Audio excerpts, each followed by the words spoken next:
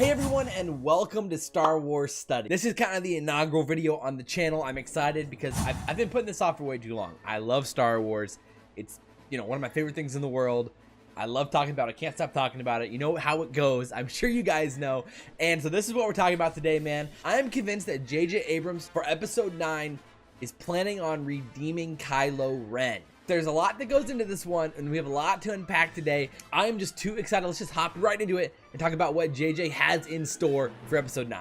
All right, so what we got to do is go back and look at episode 7, look at Force Awakens, and figure out what JJ Abrams' intentions were for the episode. You have to kind of unpack and decide what did JJ intend for episode 7 heading into 8 and 9. We can talk about all the mistakes that Star Wars has made and the issues with having multiple directors and how they've organized this trilogy, but that's not what we're talking about in this video necessarily. But we have to decide again what J.J. Abrams was trying to do with this story in episode 7 and where he was hoping it would go in episode 8. And there are really 4 main things that JJ was trying to set up for us in The Force Awakens. So basically, Rey's parents was obviously one of the biggest storylines of episode 7. We had Snoke's backstory, who is Snoke, heading into episode 8. Luke's involvement in episode 7 and then heading into episode 8. What was he going to do? Was he going to take the lightsaber, or was he going to flip it over his shoulder? Who knows? Who knows? And the next thing was, of course, Kylo's future. What was he going to be like heading into episode 8? Now trying to get more training, whatever, after episode 7, battling Rey, losing to Rey, and who were the Knights of Ren? A lot of people wondered a lot about the Knights of Ren going into episode 8 was a big talking point, and a lot of people were excited to see what the Knights of Ren could bring in episode 8.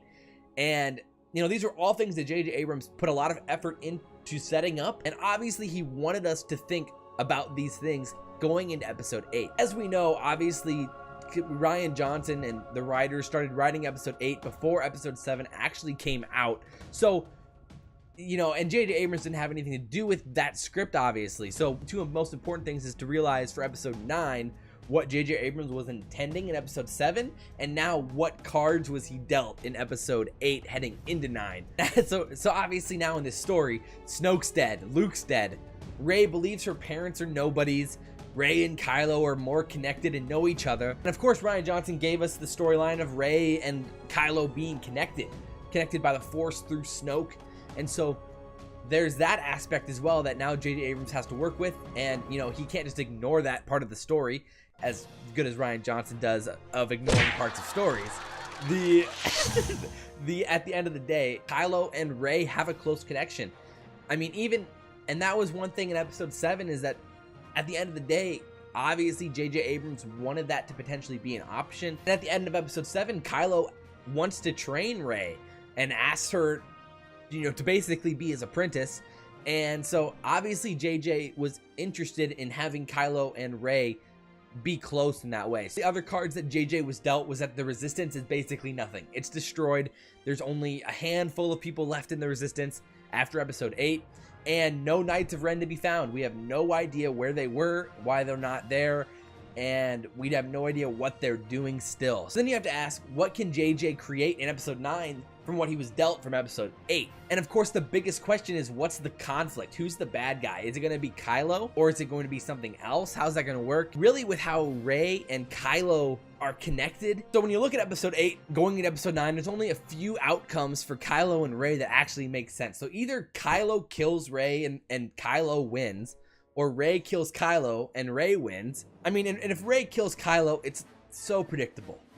Everyone expects that type of thing to happen from a Disney movie. The good guy wins, the bad guy dies, and it's pretty predictable. Star Wars has seen it before. J.J. Abrams, I think he can give us something a little bit better than that, man.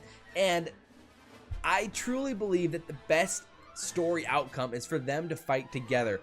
And based off the news that we've heard these last few weeks about the potential of Knights of Ren in episode 9, it only makes sense that Rey and Kylo have to fight together against the Knights of Ren. But at the end of the day, you can't just have Kylo and Rey survive. Kylo has done too many horrible things to not have to pay the price whatsoever for what he's done. Disney wouldn't allow that to happen. I think it 100% makes by far the most sense if Kylo makes the choice to give himself up because he knows he's a piece of crap. He knows he's done bad, and he wants to save Rey. So in some way, he sacrifices himself against the Knights of Ren to save Rey. Somehow Luke will be involved. Somehow Yoda will be involved, I'm sure. And of course, Poe and Finn. That's kind of how this is going to go. Obviously, they can take it in a lot of different ways. I don't want to be able to predict the whole movie. That's not what I'm here to do, but I would be so hyped if that's what the movie would be. And something like that, JJ has a lot of opportunity there. And I think it'd be an awesome movie, man. And I love theories. I love going through them all. Man, I can go through theories all day long. And we'll talk about The Last Jedi and Episode 7 down the road, I'm sure. So obviously, if Rey and Kylo were going to join forces, there has to be a massive threat for that to actually happen. At this point, Rey doesn't trust Kylo. Kylo probably doesn't trust Rey after Rey defeated him again. And we haven't seen Kylo win a lightsaber fight now. He's 0 for 2.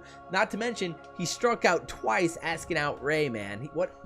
He's getting friend zoned so hard. Well, is there a thing as enemy zoned? Because that's kind of what's happening here with Kylo. I mean, my goodness. He's 0 for 2 on asking Rey to join him. He's 0 for 2 on fighting Rey.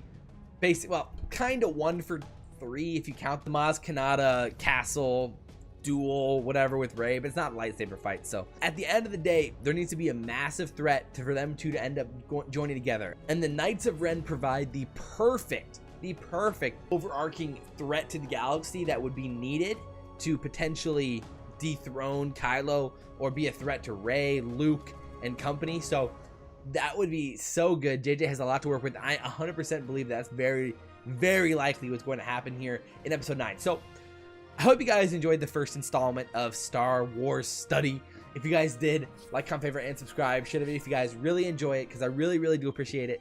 And I want to do this long term, and I'll not be able to do that without you guys, so I really do appreciate it. Drop your comments down below with what you think is going to happen in episode 8 and what you think of this theory. But guys, have a fantastic day. May the Force be with you. And now I'm going to hit you with the music. See ya.